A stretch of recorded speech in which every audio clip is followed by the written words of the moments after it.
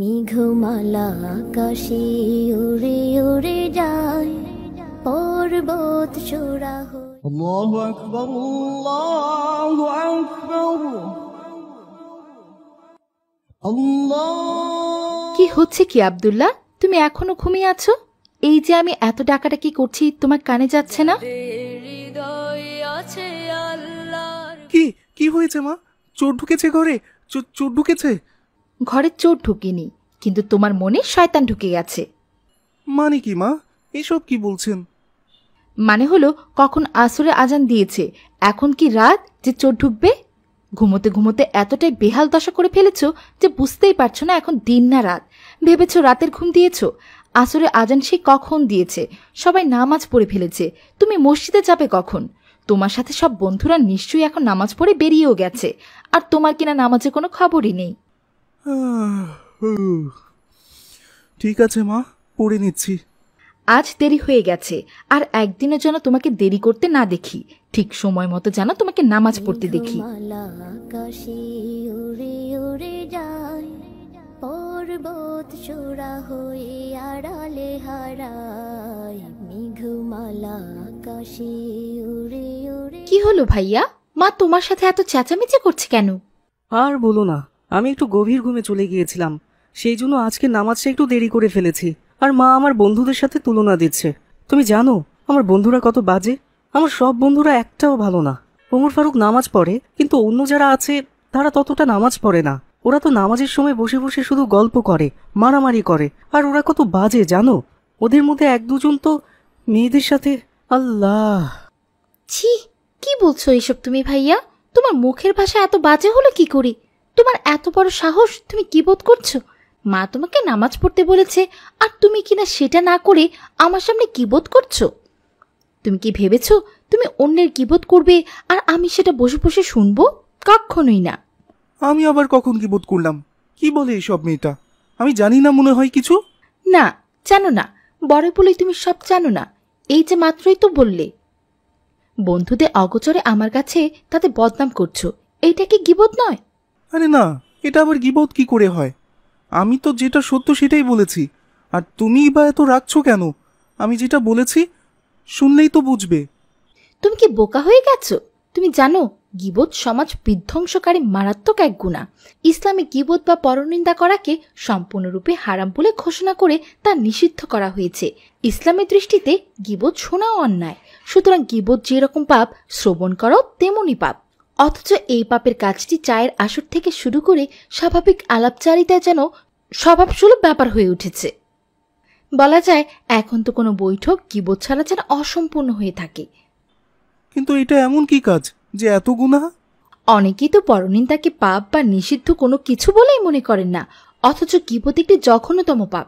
মদ্যপান, চুরি, ডাকাতি, ব্যভিচার ইত্যাদি থেকেও মারাত্মক ও নিকৃষ্টতম গুনাহ। কেননা এইসব পাপ তওবা দ্বারা ক্ষমা পাওয়ার উপযুক্ত। কিন্তু গীবতকারীর পাপ শুধু তওবা করলে মাফ হবে তা নয়, বরং যার বিরুদ্ধে গীবত করা হয়েছে সেই ব্যক্তি যদি মাফ করে তাহলে আল্লাহর কাছে মাফ পাওয়া যাবে। আরে বাবা, সবই বুঝলাম, কিন্তু আমি কি করে গীবত করলাম? কি করে হলো? হ্যাঁ, তোমাকে সেটাই বোঝাচ্ছি। গীবত আরবি শব্দ, যার অর্থ পরনিন্দা। ইসলামের পরিভাষায় কারো অনুপস্থিতিতে কোনো দোষ ত্রুটির অন্যের কাছে আলোচনা করাই গীবত, যদিও ওই দোষগুলো তার মধ্যে বিদ্যমান থাকে। এবার বুঝতে পেরেছো? তুমি যে তোমার বন্ধুদের নামে আমার কাছে তাদের অগোচরে গীবত করছো, তা যদি বুঝতে না পারো, এই নাও, নামাজ পড়ে এই বইটি পড়বে, তারপরে দেখবে গীবত সম্পর্কে এখানে কি কি লেখা আছে।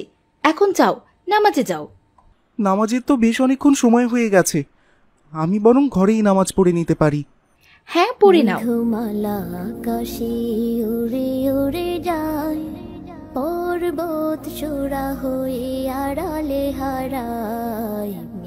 হায় আল্লাহ, গীবত এত বড় অন্যায়! পবিত্র কোরআন শরীফ ও হাদিস শরীফে গীবত সম্পর্কে কঠোর ভাষায় হুঁশিয়ার করে দেওয়া হয়েছে বারবার। নবী করিম সাল্লাল্লাহু আলাইহি ওয়াসাল্লাম বলেছেন, তোমাদের কেউই কারো গীবত করবে না, গীবত করলে তোমরা ধ্বংস হবে। মহানবী সাল্লাল্লাহু আলাইহি ওয়াসাল্লাম আরও বলেন, তোমরা গীবত থেকে বেঁচে থাকো। অথচ আমরা তা জেনে কত গীবত করি। না না না, এখন থেকে আমি আর গীবত করব না। মেঘমালা আকাশে উড়ে উড়ে যায় পর্বত চূড়া হয়ে আড়ালে। মা, আমি একটু বাইরে গেলাম। ঠিক আছে যাও, তবে সন্ধ্যার আগেই ঘরে ফিরে এসো। আচ্ছা ঠিক আছে। আজ যদি রোকেয়া আমাকে না বলতো, আমি তো জানতেই পারতাম না। না জেনে আমি কত বড় অন্যায় করতাম। কুরআন ও হাদিসে গীবতকে মৃত ভাইয়ের গোস্ত খাওয়ার সঙ্গে তুলনা করা হয়েছে। যেভাবে মৃত ব্যক্তির গোস্ত কেটে ভক্ষণ করা হলে মৃত ব্যক্তির কোনো কষ্ট হয় না, তেমনি কারো গীবত করা হলে সে অনুপস্থিত থাকায় তারও কোনো কষ্ট হয় না। এইভাবে মৃত ব্যক্তির গোস্ত ভক্ষণ অত্যন্ত খারাপ ও নিকৃষ্ট কাজ, যা মানুষের রুচির বিরুদ্ধে। ঠিক গীবতও এরকম। অথচ আমরা বন্ধুরা মিলে একসাথে বসে কত গীবত করি। আমানতু বিল্লাহি ওয়া মালাইকাতিহি। আরে দাদি আর বইল না, ওই ম্যাডাম নিজেরে অনেক কিছু মনে করে, কিন্তু কেউ ওনারে দেখতেই পারে না, কারণ ম্যাডাম শুধু অতিরিক্ত বকর বকর করে আর মনে করে সে নিজে অনেক কিছু পারে। আর জানো, ম্যাডামের মাইয়াটাও ভালো না। ওই মাইয়াটাও তো কি কি আজে বাজে কাজ করে নাকি। ও, আমি সবই জানি, আমিও কি দেখতে পারিনি, এগুলো বড়ই খারাপ। মেঘমালা আকাশে উড়ে উড়ে যায় পর্বত চূড়া হয়ে আড়ালে। এ কি দাদি, তোমরা গীবত করছো কেন? কে রে? ও তুই আব্দুল্লাহ, তোর আবার কি হলো? কিসের গীবত করতেছি? এই যে অন্যের অনুপস্থিতিতে বসে বসে যে বদনাম করছো। রূপা আন্টি, তুমি তো পড়ালেখা করেছো। দাদি না হয় কিছু জানে না, তুমি তো জানো তাই না? জেনেও কি করে? হ্যাঁ করতেছি, তাতে কি হয়েছে? সবাই তো সবার নামে সারাদিন এমন কত গীবতই করে। এইসব ছোটখাটো জিনিস ব্যাপার না। আর তুমি ছোট হয়ে উপদেশ দিতে আসছো? যাও তো কাজে, যাও তো বাপু। ছোট তো কি হয়েছে? সত্যিটা বলতে তো বড় ছোটর প্রশ্নই আসে না। আর কি হয়েছে মানে? তোমরা জানো না গীবত করলে কত ক্ষতি হয়? আজকে রোকেয়া আমাকে সব কিছু বলেছে। আর বইতেও আমি পড়েছি, গীবতকারীর দোয়া কবুল হয় না, গীবতকারীর কোনো নেক আমল কবুল হয় না, আমল নামায় তার পাপ বৃদ্ধি হতে থাকে। হযরত ইবনে আব্বাস রাদিয়াল্লাহু তাআলা আনহু বলেছেন, যখন তুমি কারো দোষ বর্ণনা করতে ইচ্ছা করো, তখন নিজের দোষের কথা স্মরণ করো। যদি নিজের দোষ না দেখে শুধু অন্যের দোষই বর্ণনা করতে থাকো, তাহলে আখিরাতে আল্লাহ তোমার দোষ প্রকাশ করবেন। আরে এমন কত হাদিস আছে, মানুষকে সবকিছু মানে নাকি? তোমারই নিয়ত তোমার মায়ে দেখি সারাদিন সিল্লাসিলি করে। তুমি কি একেবারে ভালো মানুষ হয়ে গেছো? আল্লাহ দাদি, কি যে বলেন! আমি কি একবারও বলেছি যে আমি ভালো মানুষ? আমিও তো গুনাহ করি, কিন্তু যেটা কাউকে জানানো উচিত সেটা তো আমি জানাবই। আপনারা কি ভাবছেন গীবত করে ভালো কাজ করছেন? হযরত মুহাম্মদ সাল্লাল্লাহু আলাইহি ওয়াসাল্লাম বলেন, যারা গীবত করবে এরা ইহকালে যদিও ভালো ভালো নেক আমল করে, রোজা রাখে বা অন্যান্য ইবাদত করলেও এদের পুলসিরাত অতিক্রম করতে দেওয়া হবে না, বরং তাদেরও বলা হবে তোমরা গীবতের কাফফারা না দেয়া পর্যন্ত সামনে এগোতে পারবে না। অথচ পুলসিরাত অতিক্রম না করে কারো পক্ষেই জান্নাত যাওয়া সম্ভব নয়। তাই বোঝা গেল গীবতকারীরা জান্নাতে প্রবেশ করবে না। যাও তুমি যাও, এত জ্ঞান নিতে চাই না, যাও তো। এদের আর বুঝিয়ে লাভ নেই। যারা না বুঝার তারা কখনোই বুঝবে না। হে আল্লাহ, তুমি সবাইকে হেদায়েত দান করো। মেঘমালা আকাশে উড়ে উড়ে যায় পর্বত চূড়া হয়ে আড়ালে হারায়। মেঘমালা আকাশে উড়ে উড়ে যায়। আসসালামু আলাইকুম, কেমন আছো তোমরা? ওয়ালাইকুম আসসালাম। আরে আব্দুল্লাহ যে, আসো আসো, এখন আমরা 3 বন্ধু মিলে আড্ডা দেব। এতক্ষণ দুজন মিলে আড্ডা দিতে ভালো লাগছিল না। ভালো হয়েছে তুমি চলে এসেছ। আচ্ছা তোমরা বসো, আমি একটু ভেতরে যাচ্ছি, তোমাদের জন্য কিছু নাস্তা পানির ব্যবস্থা করছি। মেঘমালা আকাশে উড়ে উড়ে যায় পর্বত চূড়া। কি হলো বন্ধু, এত উকি ঝুঁকি দিচ্ছ কেন? কি হয়েছে? আরে দেখছি ওমর ঘরে গিয়েছে কিনা, গেলে তোমাকে একটা কথা বলবো। কি বলবে বলো। আর ওমর ফারুকের সামনে বললে কি সমস্যা? বলা যাবে না, ও ভেতরে আমাদের জন্য নাস্তা আনতে যাক। দরকার আছে বলার, ওর মা একটা বাজে মহিলা। অনেক আগে একবার আমরা এসেছিলাম, তখন তিনি খুব বাজে ব্যবহার করেছিলেন। আমাদেরকে কোনো নাস্তাও দেননি। ওমর ফারুকের সৎ মা উনি। ও ভালোই, কিন্তু ওর মায়ের মতো ও খারাপ হয়ে গেছে। খারাপের সাথে থাকলে মানুষ খারাপ হয়ে যায়। আমার বাড়িতে ভালো লাগে না বলে ওদের ওখানে এসে আড্ডা দেই। কিন্তু তুমি যদি চাও তাহলে তুমি আর আমি আড্ডা দেব, ওর সাথে আর আড্ডা দেব না, কি বলো? আর একবার এসব বলো না বন্ধু, তুমি জানো না তুমি কত বড় অন্যায় করছো। আল্লাহ, আজ যদি রুকাইয়া আমাকে না বলতো এসব, তাহলে তো আমি আজ সারাদিন গীবত করে গুনাহ করতাম। এই যে তুমি আমাকে বলছো এসব আমি শুনতাম, না হলে তোমার সাথে সাথে আমিও এসব বলতাম আর গীবত করতাম। মানে কি? তুমি কি বলো এসব আব্দুল্লাহ? মানে হলো ওমর ফারুক আমাদের এত ভালো বন্ধু, ও আমাদের বিনয় দেখিয়ে নাস্তা আনতে গেছে, আর তুমি ওর নামে দুর্নাম করছো। মানছি ওর মা খারাপ, কিন্তু তাই বলে তুমি পেছনে পেছনে নিন্দা করবে? তুমি জানো পরনিন্দাকে গীবত বলে, আর গীবত করলে জাহান্নামে গীবতকারীদের দেহ থেকে গোস্ত ঝরে পড়বে। এক আয়াতে বলা হয়েছে কঠিন শাস্তি ও দুর্ভোগ তাদের জন্য যারা পশ্চাতে ও সম্মুখে মানুষের নিন্দা করে থাকে। প্রিয় নবী সাল্লাল্লাহু আলাইহি ওয়াসাল্লাম বলেছেন, আগুন যত দ্রুত শুষ্ক কাঠকে জ্বালিয়ে পুড়িয়ে দেয়, গীবত তার চেয়ে অতি দ্রুত বান্দার নেক আমলগুলোকে ধ্বংস করে দেয়। হ্যাঁ, এটা আমি জানি। গীবত বা পরচর্চা নামাজ রোজা বাদ দেওয়ার চেয়েও নিকৃষ্টতম। গীবত বর্তমানে সামাজিক ব্যাধিতে পরিণত হয়েছে, কিন্তু জেনে শুনেও তো আমরা অনেক অন্যায় করে ফেলি, কারণ কিছু কথা বলতে না চাইলেও তো আমাদের বলতে হয়।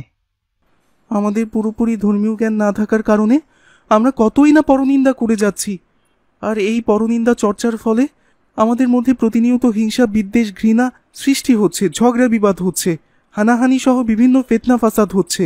এর মাধ্যমে পরস্পরের আত্মবিশ্বাস ও সহমর্মিতা বিলুপ্ত হয়ে যাচ্ছে, শত্রুতা বৃদ্ধি পাচ্ছে। মেঘমালা আকাশে উড়ে উড়ে যায়, পর্বত চূড়া দুঃখিত বন্ধুরা, আমি তোমাদের কথা না চাইতেও শুনে ফেলেছি।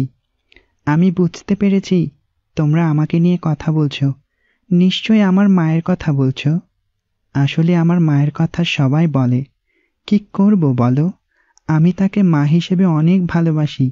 তিনি যাই করেন না কেন আমি জানি একদিন তিনি আমাকে ঠিক ভালোবাসবেন। তাই তোমরা দয়া করে আমার মাকে নিয়ে পরনিন্দা করো না, আমি কষ্ট পাব।